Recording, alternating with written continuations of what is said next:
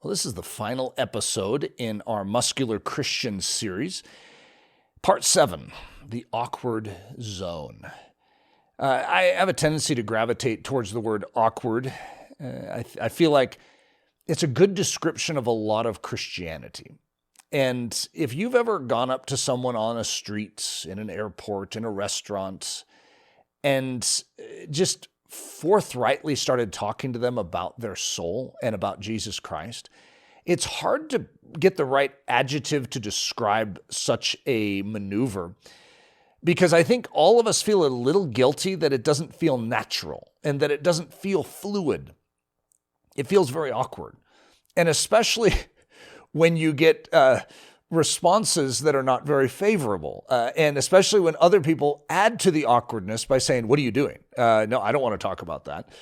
And so awkward is a pretty good description of what it's like for the saints of God to be in hostile territory, but still at the same time being winsome and desirous to be free in the Spirit to share Jesus wherever they go. There is a bit of awkwardness in it, and we spend a deal of our life trying to work through that awkwardness to the point where it becomes normal and natural for us to look like buffoons, right? So welcome to Christianity. I consider it a great privilege to function in the awkward zone. So let's dive into this. The reason I'm using that term, the awkward zone, is to contrast it with another zone that we are familiar with, and that's the comfort zone. So we have the comfort zone versus the awkward zone. And if I were to give you the choice and say, okay, which would you rather function in? Okay, if you could have the awkward zone or the comfort zone, which one are you going to choose? And I would say, if this didn't sound like a trick question, which I have a hunch it does, because you know that I've just made the Christianity likened to the awkward zone. So I could see some of you going, I'm going to choose the awkward zone. However, technically, if you were without any ramifications for going either way, right? You would all choose, along with me, we would choose the comfort zone. We gravitate naturally to that which is comfortable, that which fits us, that which is familiar to us. And that's why it's called a comfort zone. And we all have comfort zones, and we cultivate comfort zones, and we try and expand our comfort zone, which is ironically what many of us are trying to do here on earth. We're trying to make what is an awkward zone as believers into a comfort zone. That's like we're laboring overtime trying to do it. It's like, how can I make Christianity fit into this world? And technically, Christianity will never fit into this world in the sense that we are wanting. There is a battle that we are engaged in, and the systems of heaven do not fit in with the systems of this earth. We sort of want to squint and say, maybe they could. But technically, one of the critical dimensions of growing strong and muscular in our Christian life is to recognize that it's high time we embrace the awkward zone instead of constantly pining after the comfort zone. So the ancient Waldensian training method. I spent a deal of my life studying the Waldensians. They're also called the Vadoi. They were an ancient group of Christians that lived in the Italian Alps. Very interesting stories, and they sort of lived through that time we understand as the Dark Ages, and where it looked like the light of the gospel was eclipsed and went out, when in actuality they were still shining a bright light in caves oftentimes, and many of them were slaughtered, killed, martyred. I mean, it's quite dramatic stories, but they had a method for training young men to actually enter into what I could call the awkward zone, but into very difficult situations. Because back in those days, if you actually publicly proselytized, evangelized, you could just be killed for it. The penalty was death for sharing the gospel or sharing the good news. And so it wasn't a minor decision that someone was making when they chose to engage a soul with the truth. And so here's how it worked. They had sort of a system of age where age in their culture was very, very important. And the elders, the gray-headed ones, were the ones that took the younger ones under their wing. And so what they would do is they would go out in twos. And one of the older men, I believe their names were Barbs, which sounds really funny since my mom's name is Barb. It's always sounded a little awkward to my ears to think of an older man named Barb, or a Barb is what he was. But that was like an old messenger, a leader of the church in the Waldensian culture. And one of these barbs would take under his wing a young man, say 16, 17, 18 years old, and they would head towards a village. Now, they would be going there as merchants, and that was their cover. And they had wares. They were genuine merchants. But what they would do is they'd be praying the whole time. They would enter a city, and the moment they even stepped into that city, they were in very dangerous territory. If they were discovered for what they were really up to, which was truly to change the world for Jesus Christ, then they would be brutally killed. So you could just imagine being a 16-year-old and knowing that just as you step across the threshold of a city or a town. And so what they would do is they would evaluate, spiritually sort of evaluate when they were in a home, if this family, this individual was ready to hear something else that they carried. And if they felt that this person was sensitive and maybe ready to hear something, they would present yet another product that they had, if you could call it that. And that was the pearl of great price. And to receive it, it would cost them everything, but then they would get the kingdom of heaven. And so this is how they function. To train that young man, what they would do is they would put that young man under an older man. And when they got to the edge of the city, at that point where the young man wanted to run, the same point that many of us have never had an older believer with us at. And at that point where it's just up to us and like, I don't really feel like this. This is way out of my comfort zone. And we end up stopping our forward movement. However, what would happen in this situation is the barb knew, because he remembers being 16, 17, or 18. He remembers being the young man in this situation. And so what he does is he basically helps the young man forward. I always sort of picture it taking his hand, but that feels a little awkward too, right? But taking him and moving him across that threshold of obedience into the awkward zone, a zone that he in his own way would never go into because humanity isn't attracted to that at all. But he is going to help him acclimate. And once you get across that awkward zone, the awkward zone actually does become the zone of grace. It becomes a place filled with the presence of God. And technically, you start to like the awkward zone. The threshold of obedience. This is what I've always called it. I've called it this since I was probably around 18 years old. And I've looked at it in my life many times where I get to that point and I recognize, okay, there's not an old Barb in my life. I mean, I have my mom, yes, whose name is Barb, but don't get them confused. I didn't have that older gray-headed man that could take me in this direction in the way that was different than the Christian culture around me. In other words, I'm not trying to disparage my upbringing. It was amazing. However, there is something that the ancient Christians had that I didn't. We call it that father of the faith that is bold to say, hey, let's go take that soul for Jesus. And I've always said, hey, God, I'm missing something. I'm missing that Barb in my life. And I feel like God, in his way, communicated to me, Eric, I can be that for you. I'm a father to the fatherless or a Barb to the barbless. He will make up the difference and fill that gap. But there's a threshold, there's a line that we need to step across and move into the awkward zone.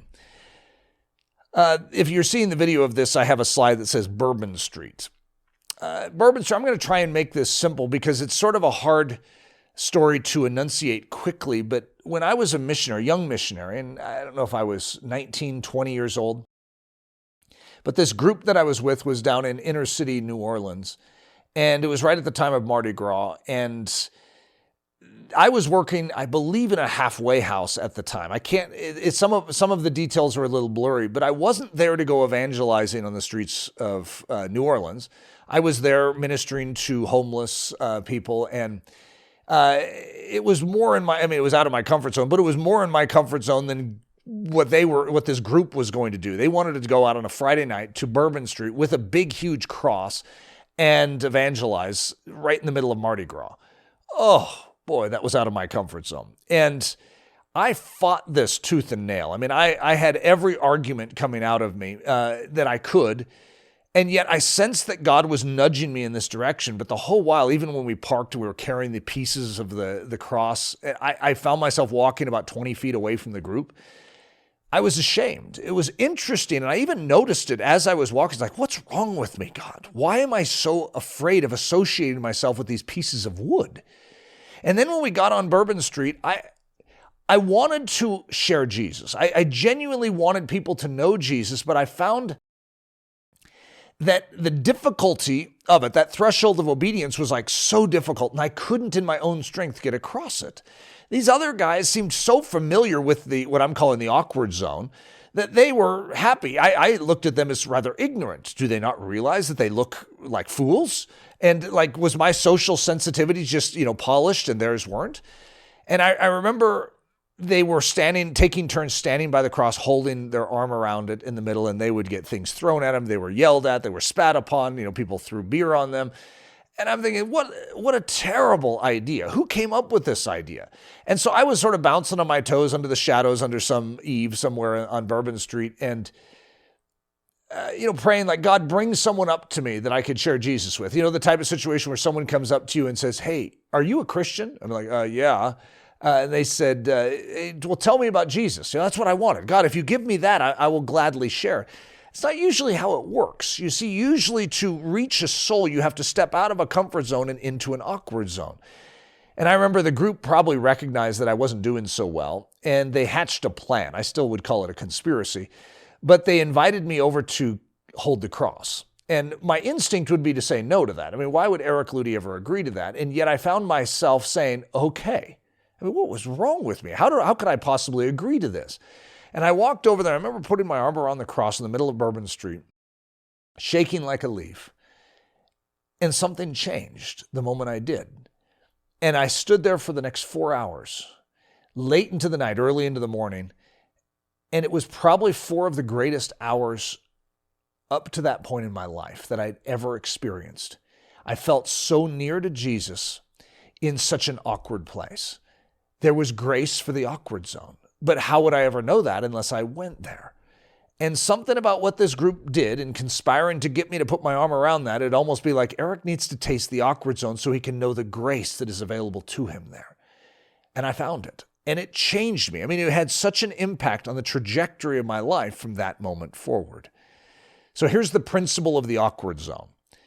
Grace is supplied when in the awkward zone. Grace is not supplied for the comfort zone. Now, it does not mean that God doesn't have grace for you when you're in a comfort zone. It just means it's not supplied to you. You see, you don't need it when you're in your comfort zone. You see, grace is what you need when you're in the awkward zone, when you're in that place of obedience. And grace is far better than earthly comfort. If you were to measure them on a scale, you would find that earthly comfort has no weight to it. But heavenly comfort, that grace, is truly remarkable and worth pouring out everything to get. I still remember Jackie Pullinger, who worked in the walled city of Hong Kong for like 40 years. Even the police wouldn't go into the walled city of Hong Kong. And she oftentimes was dealing with heroin addicts, women that were heroin addicts coming off of heroin. And she had this little small room in the walled city where she slept. And oftentimes it would be filled with girls or women coming off of heroin. And they would be on her bed. And so she came back to the United States and she made a statement that really stood out to me. She said something like this: "You may have your own bed, but I know God's grace." And I remember thinking, why does she make it sound like what she has is better than having your own bed? And actually that began a pursuit in this same direction, same time period for me when I heard that. And I remember realizing, could it be true that having God's grace is better than just being comfortable in this life? But to have God's grace, I need to step out of my comfort into this, what I'm calling an awkward zone. And that's where God's grace is made manifest. 1 Peter 5:5, God resists the proud, but gives grace to the humble. When we enter into that awkward zone, probably a good way of describing it is that we have to humble ourselves, because usually we look weak, we appear foolish. There is nothing easy about it to our natural man. It goes directly against our bent towards self-glory. It goes directly against our bent towards self-comfort, towards self-approval. Everything about it is off in our natural man. And yet God gives grace to the humble. You want grace, then you walk in humility. You walk in God's direction. You follow Jesus Christ down the narrow way. Grace to go into the awkward zone. So not only do you find grace when you get into the awkward zone, but I think some of you, as you're hearing this, are sort of like me. It's like, well, how do you get into the awkward zone? Because I'm clinging to my comfort zone.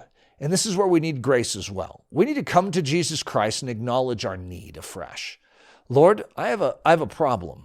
And that is that I don't have a Barb in my life that can just sort of take me by the hand and lead me across that threshold of obedience. And my natural man isn't inclined to this. But at the same time, there's a spiritual side of me that craves moving forward with you. And I want to go where you want me to go. I want to cross that threshold. I want to stand by the cross in the middle of Bourbon Street. Lord, what needs to happen inside of me? Come to him and he will grant you grace to step, to move even into the awkward zone. And that's our God.